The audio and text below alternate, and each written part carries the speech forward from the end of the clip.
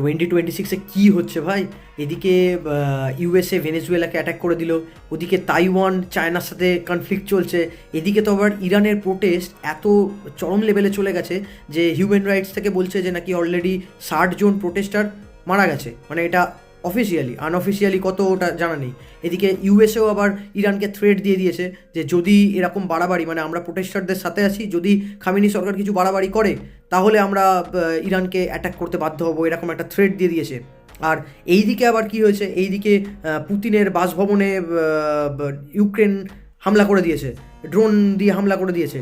আবার ওইদিকে আবার কি হচ্ছে, ওইদিকে ইয়েমেনকে এখন ইয়েমেনে ঝামেলা চলছে, সেইখানে সৌদি আর ইউএই দুজনে মিলে তাদের কোন রিজিম বসাবে না তাদের কোনে সাপোর্ট করবে সেই নিয়ে ইয়েমেনে বিশাল বড় সিভিল ওয়ার চলছে, চতুর্দিকে ঝামেলা। মানে কি থার্ড ওয়ার্ল্ড ওয়ার শুরু হয়ে যাবে নাকি? আপনাদের কি মতামত জানান। এরকম আপডেট পেতে আমাকে ফলো করতে ভুলবেন না। ধন্যবাদ।